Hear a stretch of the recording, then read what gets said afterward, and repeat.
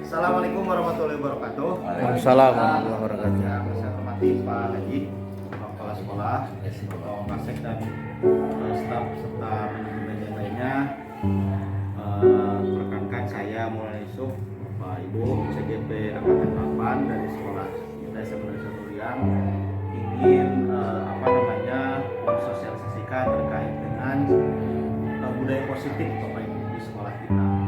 Bahwa budaya positif ini adalah kegiatan pembiasaan yang sifatnya praktik baik, ya, demi kelangsungan bertambahnya baik sekolah kita, terutama bermuara pada murid, ya, agar budaya positif yang kita jalankan ini itu imbasnya kepada pada murid, ya, murid merasa nyaman, aman dan betah di sekolah kita, sehingga sekolah kita betul-betul menjadi rumah kedua buat murid. Itu saja Bapak Ibu untuk kait dengan budaya positif. Terima kasih. Apa saja budaya positif? Pak praktik baik, Ya, coba sebutkan. Ada usulan nggak selain itu?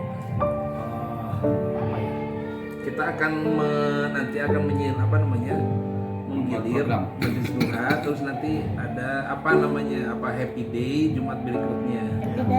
Happy day. Nah, boleh tuh happy Nah, day, itu Pak. happy Tuh. day. Jadi nanti sesuai Olahraga. Bangun jiwa apa raga. itu isi olahraga, kemudian makan sarapan bersama. Ya, Jadi Jumat mantap. depan harus sudah ada tuh Ya, bisa. olahraga sama. Tapi olahraga mah guru-guru bukan ngajar, olahraga nggak seragam. Iya boleh. Ya, terus Sementara belum seragam dulu lah nggak apa-apa. Terus Bapak Ibu, budaya positif ini ternyata tidak bisa dilakukan hanya beberapa orang saja, Pak. Artinya bahwa kegiatan upacara gitu ya sudah kita bersama-sama, Pak, kita turun gitu ya, walaupun hanya berdiri saja di pojok-pojok Iya, gitu. Begitu budaya pun. positif, kelihatan positif semua itu. Kalau semua, kalau ada positif yang lain negatif, jadi kok tetap dominan negatif ya, Pak. Ya, Betul, Pak. kata matematika. Bapak jangan dia aja Pak. Saya bukan guru matematika. Bapak jangan dia aja Pak. Bapak bisa beda Pak. Ya, artinya Bapak Ibu ternyata kayak kegiatan luha pun itu membutuhkan orang banyak, Pak, untuk mengkondisikan. Karena apa? Ya sama lah kita upacara juga untuk pengkondisian supaya lebih baik. Alhamdulillah tadi dibantu Pak Arif, Bu Haji. Sudah mulai ini juga yang lainnya, mudah-mudahan hanya itu saja, Pak, berdiri dan sebagainya gitu kondisi. Ibu-ibu juga sudah mulai, Bu Resti, Bu Ade dan sebagainya. Karena apa, ketika anak tidak melihat kita, Pak, itu celahnya banyak. Pandang tadi bantuin juga. Pandang juga. Iya. Kalau yang lain diskusi yang Tadi satu makan alasannya itu ini boleh wajib. positif. Oh iya. Ternyata Bukan Pak itu alasannya Pak. lagi Menghargai. meme katanya. Yang saya bilang Bapak itu lapar. Oh, kan gitu kan kalau Duduk aja di belakang. Cukup, Pak, itu barangkali, Pak, untuk berkolaborasi ke depan. Bapak kayak menghargai bayi. Coba mau kemana Pak? PIP, Pak. Ya.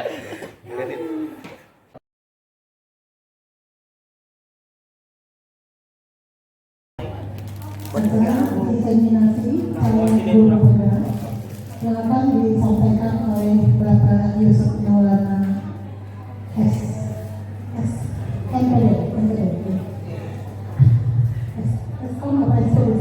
MPD kepada Bapak Yusuf Maulana kami persilakan.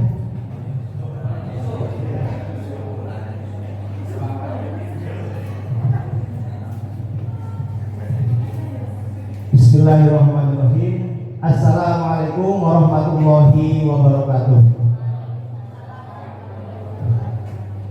Alhamdulillah wa syukranillah, puji syukur marilah kita sama-sama panjatkan kehadirat Allah Subhanahu wa taala yang telah berikan nikmatnya kepada kita sehingga pada siang hari ini alhamdulillah sekolah bisa mengadakan rapat tahun ajaran baru perdana yang barangkali diselipi. Hari ini saya mencoba kemarin di manajemen minta waktu untuk menyampaikan diseminasi budaya positif ini di SMA Negeri 1 Riau. Bapak dan Ibu, ini harus disampaikan karena ini menyangkut tugas saya sebagai calon guru penggerak di pendidikan guru penggerak angkatan 8. Ini tugas aksi nyata 1.4 tentang pengimbasan budaya positif di sekolah. Mohon waktunya beberapa menit ke depan. Saya di sini mungkin bukan sebagai pemateri, tapi hanya menyampaikan sedikit tulisan atau sedikit terkait dengan budaya positif yang sebelumnya juga sudah pernah didefinisikan oleh senior-senior saya. Di atasnya ada Pak Supriyatna dan ada Bu Surya, dan di atasnya lagi ini Maha Guru di Bapak Arif Ramdhani yang sudah alhamdulillah terima kasih atas beberapa masukan dan sarannya. Yang saya hormati Bapak Kepala Sekolah SMA Negeri 1 Rudiang, Bapak dan Ibu para wakase, dan Bapak dan Ibu Guru SMA Negeri 1 Rudiang Kabupaten Bogor. Bapak Ibu, diseminasi budaya positif ini harus disampaikan dalam rangka memenuhi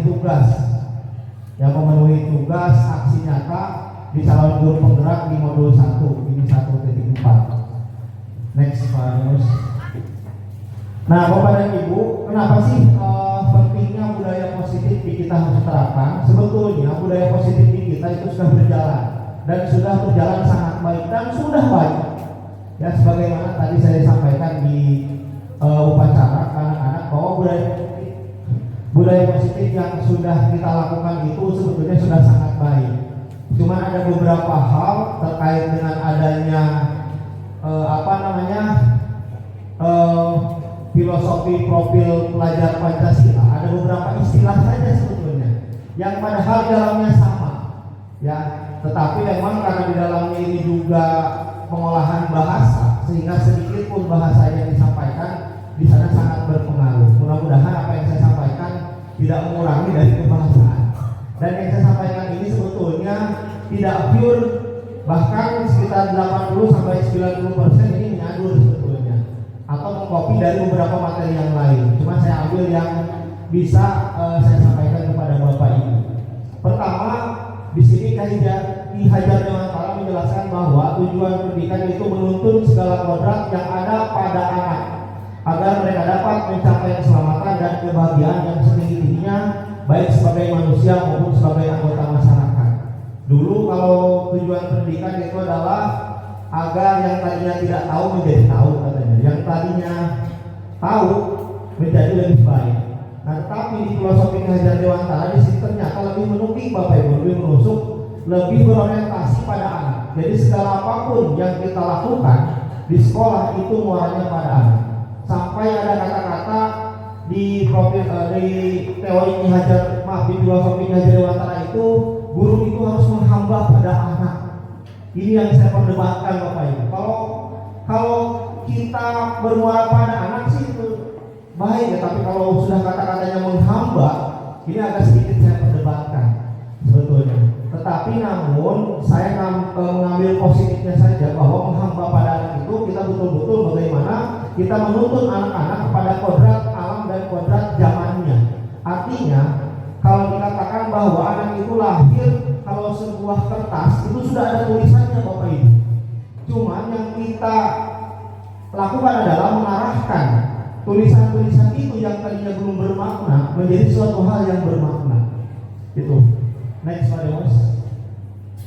Nah, ini yang materi yang akan disampaikan sebetulnya banyak ini, lebih dari 60 menit, tapi mudah-mudahan bisa disampaikan dalam waktu singkat. Pertama, perubahan paradigma belajar, disiplin positif, dan nilai-nilai kebajikan universal. Yang kedua, kebutuhan dasar manusia. Ini sebetulnya sudah kita tahu, kebutuhan dasar manusia juga posisi kontrol. Terus yang berikutnya ada keyakinan kelas. Kalau dulu namanya kesepakatan kelas, bahkan peraturan kelas, tapi sekarang namanya keyakinan kelas, Bapak Ibu. Dan yang keempat adalah restitusi. Nah, ini lebih kepada bagaimana kita menangani anak. Kalau disebut yang bermasalah sih terlalu ekstrim ya. Menangani anak yang membutuhkan bimbingan kita, sehingga segala anak, siapapun anak itu mereka bisa diarahkan. Artinya bahwa siapapun muridnya, bagaimanapun kelakuannya, ternyata yang kita hadapi itu harus sesuai dengan keinginan mereka. Tidak ada yang namanya anak yang salah, tetapi yang ingin diarahkan sebetulnya. Next pada bos. Yang pertama perubahan paradigma. Next. Nah ini mengubah paradigma atau stimulus respon yang ke pendekatan teori kontrol pilihan. Dari stimulus respon ke pendekatan teori. Pertama stimulus respon. Ini biasanya kita mencoba mengubah anak agar berpandangan sama dengan kita. Bahwa apa yang kita pikirkan ketika berbuat, inginnya kita minta anak itu sama dengan apa yang kita pikirkan. Padahal di teori kontrol pilihan itu kita berusaha memahami pandangan orang lain tentang dunia. Jadi ternyata tidak bisa disamakan antara pikiran kita dengan pikiran anak kita. Yang ada adalah paling kita mengarahkan saja. Yang kedua, perilaku buruk dilihat sebagai suatu kesalahan. Kadang-kadang memang ketika anak melakukan kesalahan itu suatu hal karakter yang buruk. Padahal di teori Gajah Dahlan semua perilaku memiliki tujuan. Ya, walaupun nanti barangkali tujuannya mungkin mengarah ke yang kurang bagus juga, atau misalkan bahkan sebaliknya kepada hal-hal yang lebih positif. Orang lain bisa mengontrol saya, padahal yang hanya ada yang bisa mengontrol hanya Anda yang bisa mengontrol diri Anda. Jadi hanya kita yang bisa mengontrol diri kita. Saya bisa mengontrol orang lain, padahal kita tidak bisa mengontrol orang lain. Yang bisa mengontrol orang lain itu adalah ya orangnya tersebut. Sama dengan orang lain tidak bisa mengontrol kita, tetapi diri kita yang bisa mengontrol diri kita. Terus pemaksaan ada pada saat kunjungan yang gagal. Biasanya ketika kita mengunjung sesuatu hal yang gagal maka dipaksa. Biasa anak kalau misalkan saya di rumah susah ketika membangunkan anak karena belajar, sehingga saya melakukan pemaksaan. Ayo kita bangun. Nanti kalau kamu ke sekolah kayak si Obed loh. Siapa si Obed? Orang gila yang suka ada di perempatan kaca. Sampai seperti itu, sehingga anak takut. Padahal itu ternyata kurang baik. Nah, kolaborasi dan konsensus menciptakan pilihan-pilihan baru itu tadi tentang pemaksaan. Dan yang kedua adalah model berpikir menang kalah. Kadang-kadang kita menghadapi anak, bagaimana caranya kita yang menang. Ya, anak merasa kalah. Padahal bagaimana solusinya adalah win-win solution. Dua-duanya harus menang. Artinya ketika masalahnya beres, tetapi psikis anak ataupun psikologi anak itu juga harus terbangun. Jadi merasa tujuannya dapat, anak tidak merasa kalah. Artinya bahwa dua-duanya dalam posisi yang benar. Next. Nah, ini tentang disiplin positif. Pengertiannya adalah pendekatan yang digunakan untuk mendidik anak melakukan kontrol diri dan pembentukan kepercayaan diri. Jadi disiplin positif ini digunakan untuk mendidik anak untuk mengontrol dirinya, tetapi bukan menghakimi. Artinya ketika kita mendisiplinkan anak, itu bagaimana menyadarkan anak agar ternyata hal-hal yang dilakukan untuk mereka salah itu ternyata salah. Bukan kita yang melakukan, yang menyampaikan bahwa itu salah, tapi bagaimana mereka bisa menyadari bahwa kesalahan itu mereka lakukan. Nah, nanti ini ada di restriksi. Nah, ini pertama adalah disiplin positif merupakan salah satu cara menerapkan disiplin yang bertujuan untuk menumbuhkan kesadaran. Jadi agar mereka sadar serta memberdayakan anak untuk melakukan sesuatu tanpa sogokan, tanpa ancaman maupun hukuman. Jadi mereka melakukan kedisiplinan yang baik itu dilakukannya karena itu kesadaran mereka, ya, karena bukan karena takut dihukum. Ketika mereka upacara menggunakan jasa alma mater, pakai dasi, pakai topi, itu bukan karena takut dihukum dipisahkan, tapi betul-betul ini adalah suatu hal yang baik, pendisiplinan positif. Disiplin positif juga membuat anak mengerti bahwa ketika ia merapihkan kamar tidurnya, ya, maka ia akan merasa nyaman, ya, tidak ada apa-apa, ya, bukan karena akan dihukum oleh orang tuanya jika tidak melakukan atau karena ingin mendapatkan pujian. Jadi mereka sadar ketika mereka merapihkan kamarnya itu karena ada suatu hal yang nyaman. Rasa mungkin malu atau ketika misalkan ada temannya datang ke rumahnya, tetapi lebih kepada mereka sadar bahwa rapi itu membuat saya nyaman. Terus sebagai pendidik ini kita Tentunya tujuan kita menciptakan murid yang memiliki disiplin diri hingga murid berperilaku kepada nilai-nilai kebajikan universal, kebajikan secara keseluruhan, dan memiliki motivasi dalam dirinya dalam perubahan perilaku ke arah yang lebih baik. Jadi segala sesuatunya ini harus dibangun dalam dirinya, walaupun kadang-kadang ini harus diberikan stimulus oleh kita. Kadang-kadang anak untuk merubah beberapa orang itu sangat sulit, sehingga harus diberikan stimulus oleh kita. Next, nah ini nilai-nilai kebajikan. Nilai-nilai kebajikan adalah disiplin positif. Kata filosofi ini akan melahirkan nilai-nilai kebajikan, yang salah satunya itu adalah murid yang mempunyai sosok profil pelajar Pancasila. Apa profil pelajar Pancasila? Itu ada 6. Pertama, beriman bertakwa kepada Tuhan Yang Maha Esa dan berakhlak mulia. Bapak Ibu udah banyak yang hafal puji yang saya lihat bunyian tentang profil pelajar Pancasila. Yang kedua, mandiri. Yang ketiga, kebinekaan global. Ya, yang keempat, bergotong royong. Yang kelima, kreatif. Dan yang keenam, bernalar kritis. Bapak dan Ibu, yang perlu kita ingat di sini bahwa senam adanya profil pelajar Pancasila ini selalu diawali dengan yang berhubungan nilai-nilai religi, Bapak Ibu. Artinya, ketika kita menghadirkan sesuatu hal yang mandiri, kebinekaan global, bergotong royong, kreatif, bernalar kritis, maka dasarnya itu pertama harus keimanan dan ketakwaan dulu yang pertama.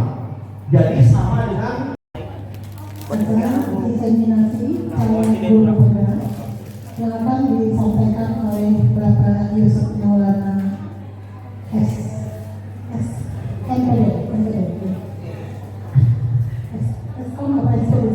MPD. Kepada Bapak Yusuf Maulana kami persilakan.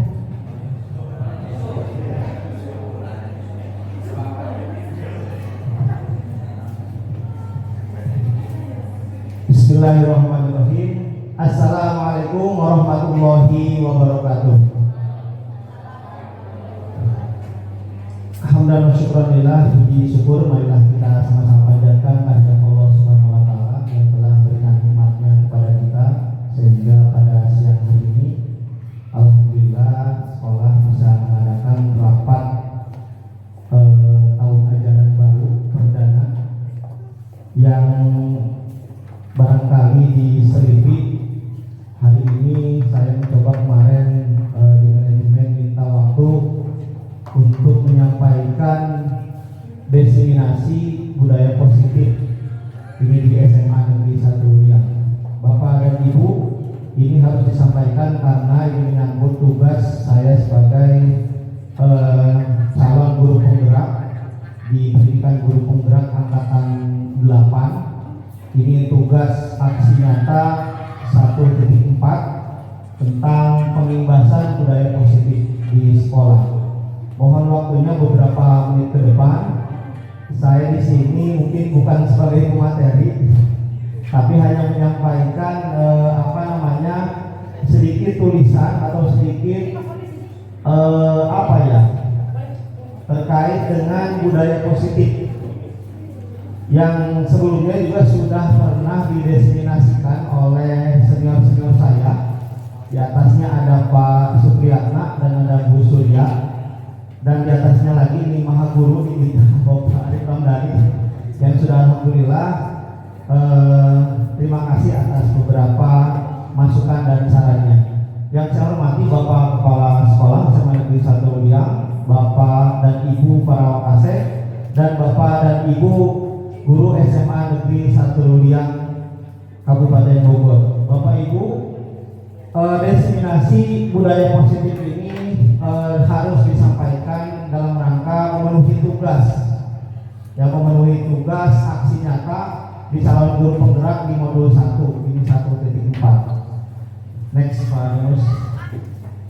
Nah Bapak dan Ibu, kenapa sih pentingnya budaya positif di kita harus terapkan? Sebetulnya budaya positif di kita itu sudah berjalan dan sudah berjalan sangat baik dan sudah banyak. Ya sebagaimana tadi saya sampaikan di upacara anak-anak bahwa budaya positif nilai positif yang sudah kita lakukan itu sebetulnya sudah sangat baik. Cuman ada beberapa hal terkait dengan adanya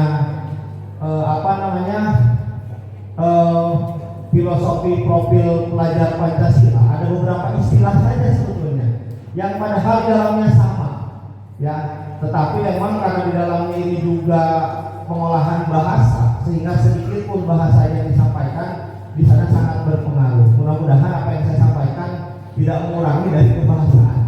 Dan yang saya sampaikan ini sebetulnya tidak pure, bahkan sekitar 80-90% ini menyadur sebetulnya, atau mengcopy dari beberapa materi yang lain. Cuma saya ambil yang bisa saya sampaikan kepada Bapak Ibu.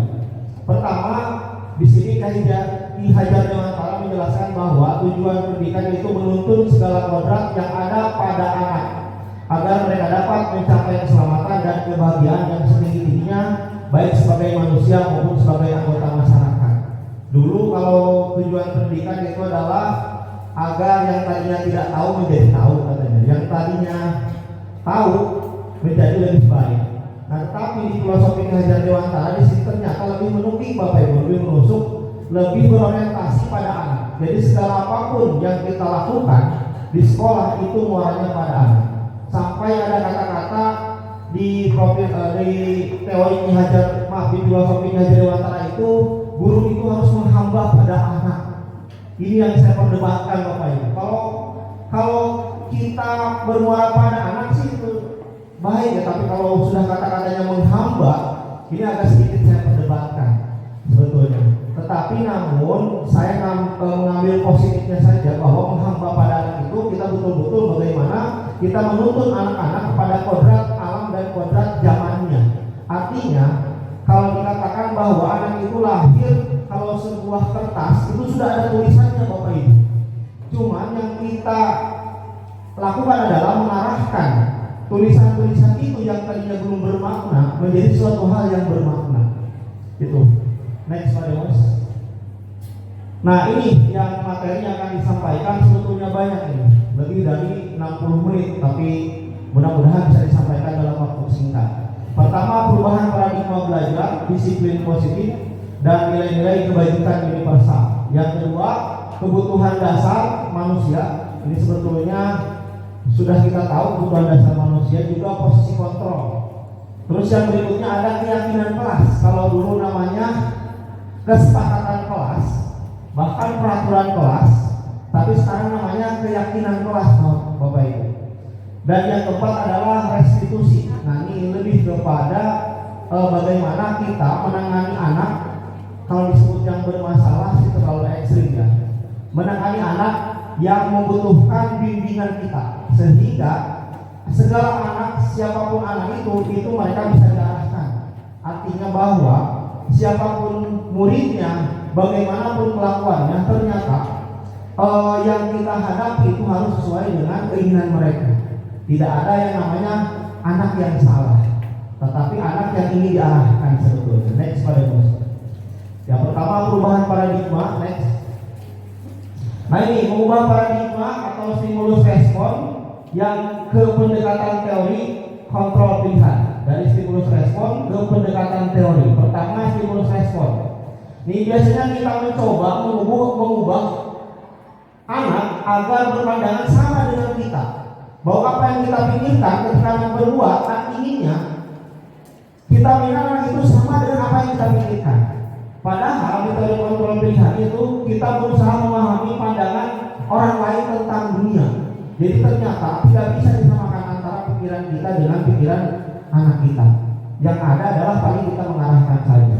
Yang kedua, perilaku buruk dilihat sebagai suatu kesalahan. Kadang-kadang memang ketika anak melakukan kesalahan, itu suatu hal karakter yang buruk. Padahal di teori Gajah Dahlan, semua perilaku memiliki tujuan. Ya, walaupun nanti barangkali tujuannya mungkin mengarah ke yang kurang bagus juga, atau misalkan bahkan sebaliknya kepada hal-hal yang lebih positif. Orang lain bisa mengontrol saya, padahal yang hanya ada yang bisa mengontrol hanya Anda, yang bisa mengontrol diri Anda. Jadi hanya kita yang bisa mengontrol diri kita. Saya bisa mengontrol orang lain, padahal kita tidak bisa mengontrol mengontrol orang lain. Yang bisa mengontrol orang lain itu adalah ya orangnya tersebut. Sama dengan orang lain tidak bisa mengontrol kita, tetapi diri kita yang bisa mengontrol diri kita. Terus pemaksaan ada pada saat kunjungan yang gagal. Biasanya ketika kita mengunjung sesuatu hal yang gagal maka dipaksa. Biasa anak kalau misalkan saya di rumah susah ketika membangunkan anak karena belajar, sehingga saya melakukan pemaksaan. Ayo kita bangun. Nanti kalau kamu ke sekolah kayak si Obed loh. Siapa si Obed? Orang gila yang suka ada di perempatan kaca. Sampai seperti itu, sehingga anak takut. Padahal itu ternyata kurang baik. Nah, kolaborasi dan konsensus menciptakan pilihan-pilihan baru itu tadi tentang pemaksaan. Dan yang kedua adalah model berpikir menang kalah. Kadang-kadang kita menghadapi anak, bagaimana caranya kita yang menang. Ya, anak merasa kalah. Padahal bagaimana solusinya adalah win-win solution. Dua-duanya harus menang. Artinya ketika masalahnya beres, tetapi psikis anak ataupun psikologi anak itu juga harus terbangun. Jadi merasa tujuannya dapat, anak tidak merasa kalah. Artinya bahwa dua-duanya dalam posisi yang benar. Next. Nah, ini tentang disiplin positif. Pengertiannya adalah pendekatan yang digunakan untuk mendidik anak melakukan kontrol diri dan pembentukan kepercayaan diri. Jadi disiplin positif ini digunakan untuk mendidik anak untuk mengontrol dirinya, tetapi bukan menghakimi. Artinya ketika kita mendisiplinkan anak, itu bagaimana menyadarkan anak agar ternyata hal-hal yang dilakukan untuk mereka salah itu ternyata salah. Bukan kita yang melakukan, yang menyampaikan bahwa itu salah, tapi bagaimana mereka bisa menyadari bahwa kesalahan itu mereka lakukan. Nah, nanti ini ada di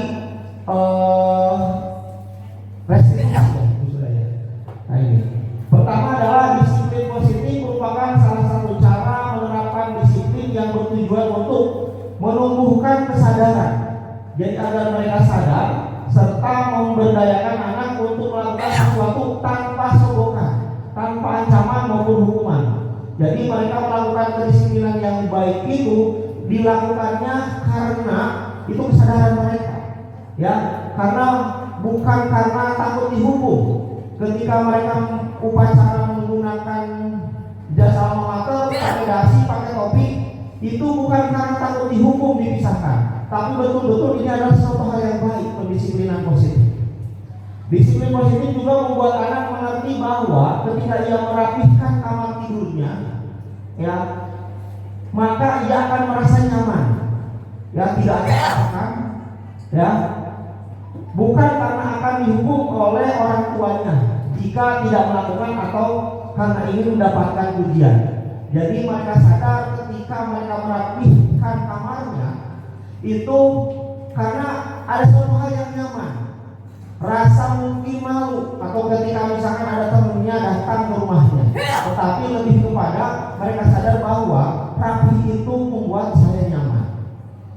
Terus sebagai pendidik ini kita tentunya tujuan kita menciptakan murid yang memiliki disiplin diri hingga murid berperilaku kepada nilai-nilai kebajikan yang universal, kebajikan secara keseluruhan, dan memiliki motivasi dalam dirinya dalam perubahan perilaku ke arah yang lebih baik. Jadi segala sesuatunya ini harus dibangun dalam dirinya, walaupun kadang-kadang ini harus diberikan stimulus oleh kita. Kadang-kadang anak untuk merubah beberapa orang itu sangat sulit, sehingga harus diberikan stimulus oleh kita. Next, nah ini nilai-nilai kebajikan. Nilai-nilai kebajikan adalah disiplin positif. Kata filosofi ini akan melahirkan nilai-nilai kebajikan. Yang salah satunya itu adalah murid yang mempunyai sosok profil pelajar Pancasila. Apa profil pelajar Pancasila? Itu ada 6. Pertama, beriman, bertakwa kepada Tuhan Yang Maha Esa dan berakhlak mulia. Bapak Ibu udah banyak yang hafal buku yang saya lihat bukunya tentang profil pelajar Pancasila. Yang kedua, mandiri. Yang ketiga, kebinekaan global. Ya, yang keempat, bergotong royong. Yang kelima, kreatif. Dan yang keenam, bernalar kritis. Bapak dan Ibu, yang perlu kita ingat di sini bahwa senam adanya profil pelajar Pancasila ini selalu diawali dengan yang berhubungan nilai-nilai religi Bapak Ibu. Artinya ketika kita menghadirkan sesuatu hal yang mandiri, kebinekaan global, bergotong royong, kreatif dalam kritis, maka dasarnya itu pertama harus keimanan dan ketakwaan dulu yang pertama. Jadi sama dengan menurut saya dari pemaparan yang disampaikan oleh Bapak Maulana Yusuf, CGP Angkatan 8 terkait diseminasi, hal tersebut menjadi hal yang menjadi masukan bagi kami khususnya para guru untuk bisa menerapkan khususnya ya kesepakatan kelas atau sekarang kalau disebut tuh keyakinan kelas, karena ketika kita di awal sudah menerapkan itu jadi fondasi awal baik dari guru dan siswa untuk menerapkan hal-hal yang menjadi dasar untuk perbaikan baik hal yang harus dilakukan dan menjadi masukan juga di akhir terkait kesepakatan atau keyakinan kelas. Jadi hal tersebut menjadi hal yang perlu atau wajib dilaksanakan bagi tiap wali kelas ataupun guru atau ada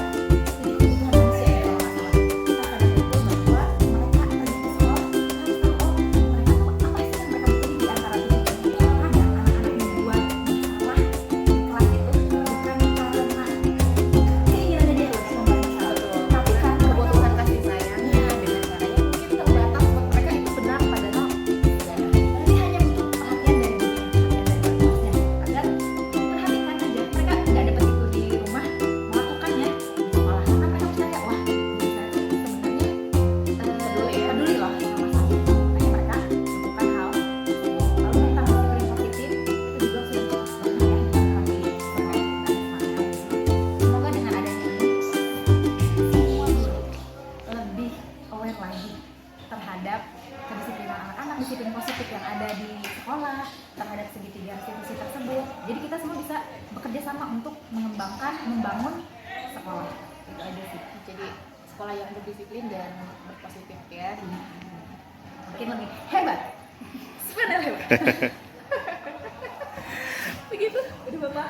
Terima kasih, sampai jumpa kembali. Bye. budaya positif itu apa? Budaya itu apa? Budaya itu apa? Pembiasaan. Jadi hal-hal yang berkaitan dengan sesuatu hal, kegiatan, pembiasaan yang sifatnya positif. Dari mulai apa?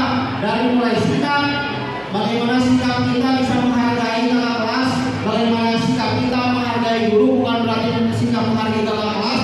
Oh, tidak. Artinya menghormati orang-orang yang lebih dewasa dari kita. Ya, seperti itu.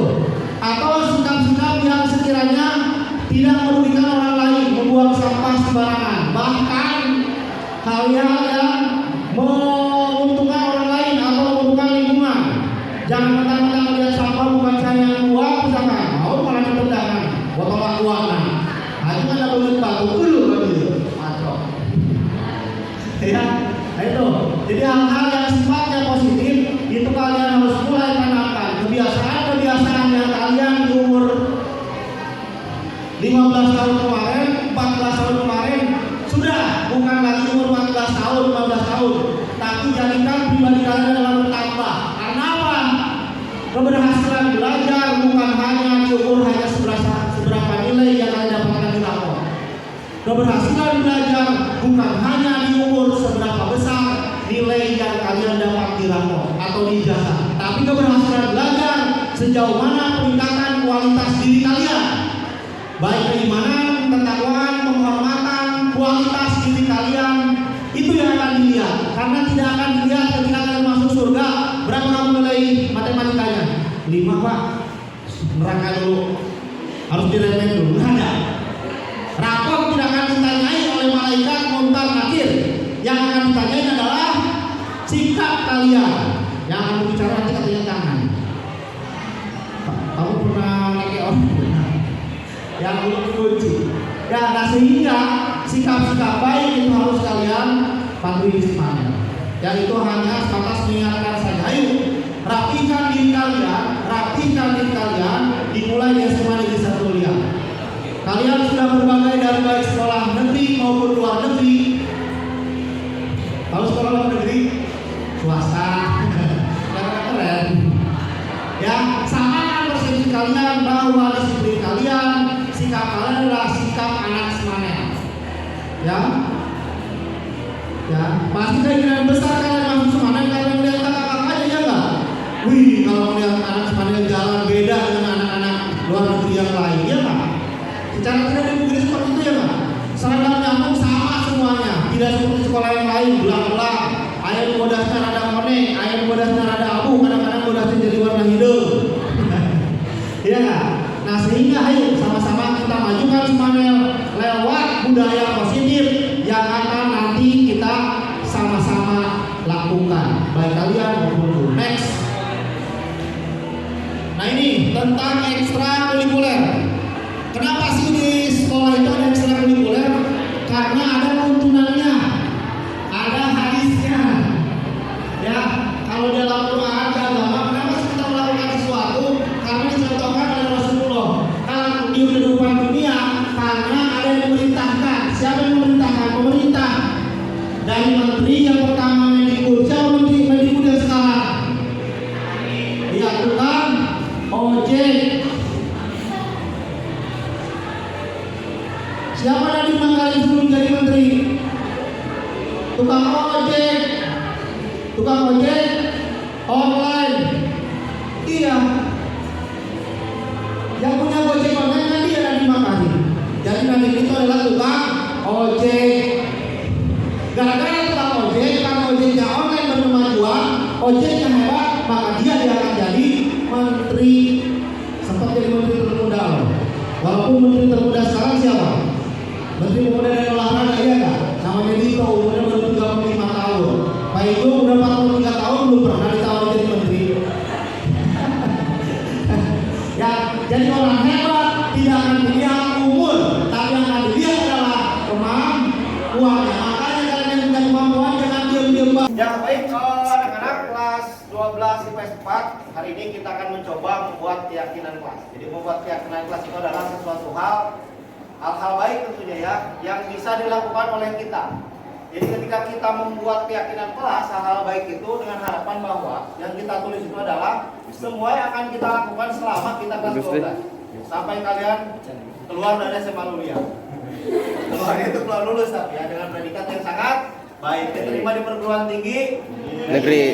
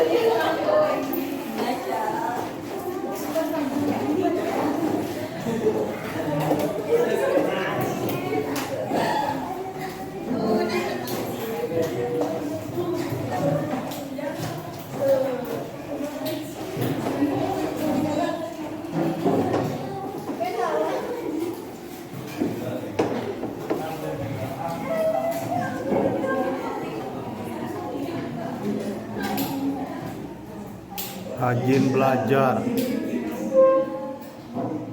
Ih, ada TikTok nih. Mantap. Buat diri sendiri. Iya, emang buat diri sendiri. Itu tuh komitmen buat diri sendiri. Misalkan saya tidak akan main HP selama pelajaran misalkan. Wah, berat ya sama Pak. Soalnya sudah ada WA misalkan.